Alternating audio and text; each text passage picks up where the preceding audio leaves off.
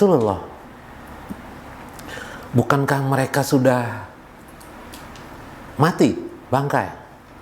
Karena memang Umar waktu masa jahiliyah wajar saja, dan itu baru tahun kedua hijrah. Artinya ilmu-ilmu agama Islam masih belum banyak lagi. Pikirannya kalau sudah orang mati itu ya mati sudah, itu kan? Sudah matilah gitu kan. Lalu Nabi berkata, "Wahai Umar, saya tidak bicara kepada bangkai. Mereka mendengar dan mereka dapat merasakan apa yang kusampaikan." Artinya orang meninggal itu, makanya kalau kita mengapani mayat, memandikan mayat, disuruh apa? Disunatkan kita selalu beradab, ya kan? Nggak boleh kasar, ya kan? Tenang, nggak boleh ribut, karena si mayat merasakan apa yang dilakukan orang.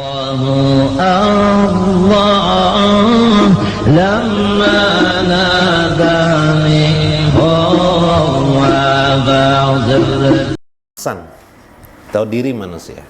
Nafsan itu ada disebut dengan akal manusia, kemampuan melakukan akal. Akal inilah, dengan kekuatan akal inilah manusia hidup, ya.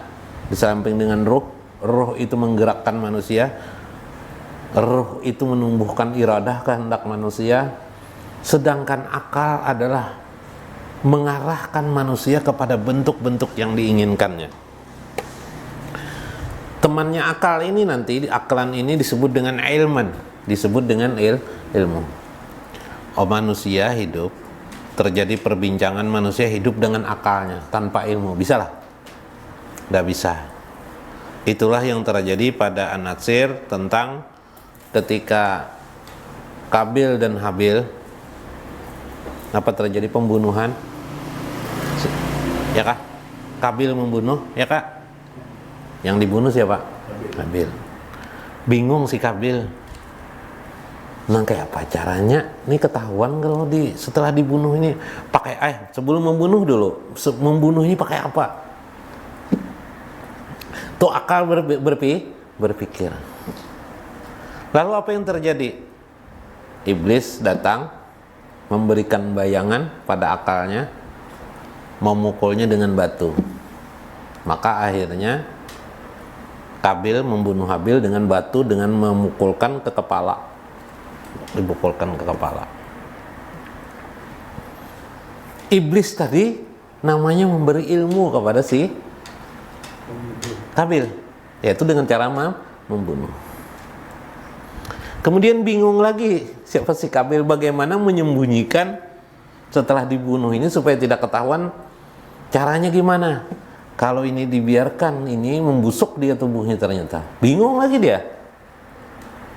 Ada dua riwayat versi, satu versi menyatakan bahwa iblis mengajarkan menguburnya, ada lagi yang mengatakan burung gagak datang kemudian memberikan contoh mengaih-ngaih tanah. Di situ masuklah ilmu, sehingga akhirnya si Kabil menguburkan si Habil. Di situ ada dua keadaan. Pertama adalah aklan yang selesai, yang kedua adalah disebut dengan ilman. Jadi akal dan ilmu itu sesuatu saudara, tapi pada asalnya sama-sama tadi itu di alam, dari alam lahut turun ke alam jabarut, ya kan, diciptakan Allah Subhanahu wa taala juga pada diri manusia. Nah, karena itu ketika manusia dicabut oleh Allah rohnya, atau dicabut dirinya rohnya, akal masih ada, indranya masih ada.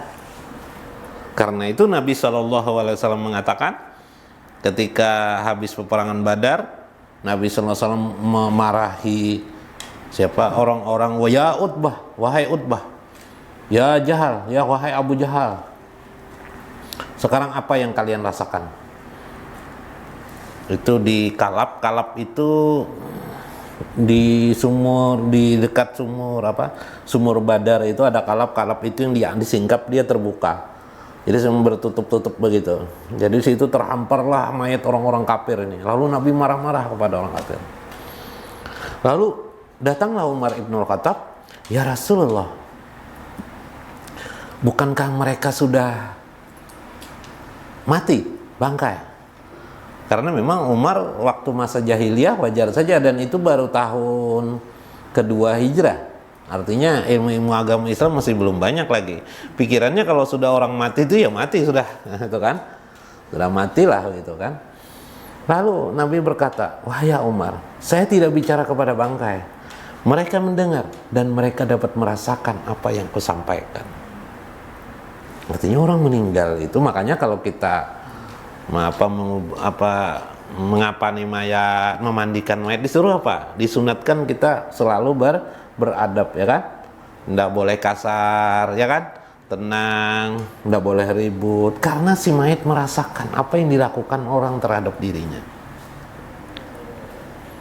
Ini berdasarkan hadis, mayat itu merasakan, mendengar apa yang dikatakan oleh orang-orang di luar mereka. Subhanallah. Ini membuktikan bahwa mayat itu memiliki indrawi, masih memiliki akal, tapi mereka tidak lagi dapat berdaya untuk menggerakkan tubuh jasad mereka.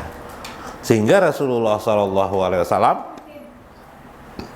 menyuruh kita bagaimana selembut-lembutnya waktu membawa keranda mayat, waktu membawa mayat. Rasulullah SAW menyuruh kepada kita supaya kita berhati-hati, karena dia merasakan apa yang dilakukan terhadapnya. Subhanallah.